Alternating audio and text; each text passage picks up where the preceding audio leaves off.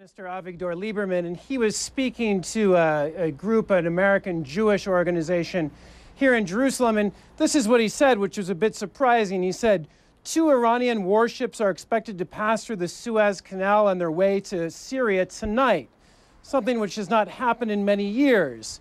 This is a provocation that proves that the self-confidence and insolence of the Iranians is growing day to day.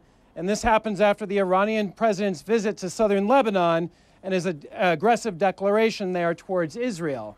So this is something that is unusual to hear this sort of news coming from the foreign minister in this particular forum. What we can take out of this mostly is that Israel is trying to put the issue of Iran's nuclear program, and the threat that Israel believes Iran is, generally speaking, to the region, on the front burner.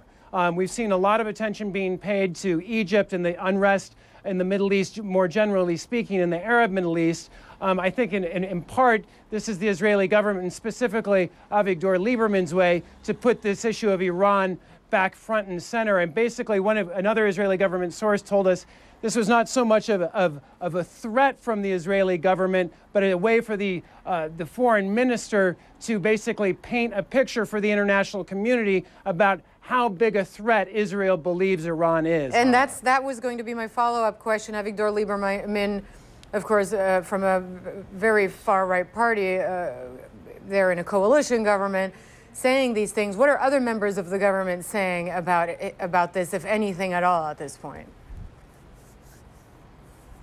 Well, we called the Prime Minister's office for a reaction to this. No comment there. Another source told me that the report was accurate, as far as the Israeli government was concerned, about those ships headed towards the Suez Canal. But no one's saying anything at this point. The Prime Minister is going to be making a speech to that same Jewish American group tonight. Perhaps we'll hear something from them tonight, from him tonight as well. We'll just have to wait and see. All right, thank you, Kevin Flowers in Jerusalem. It'll be interesting to see what comes out of from other members of the government.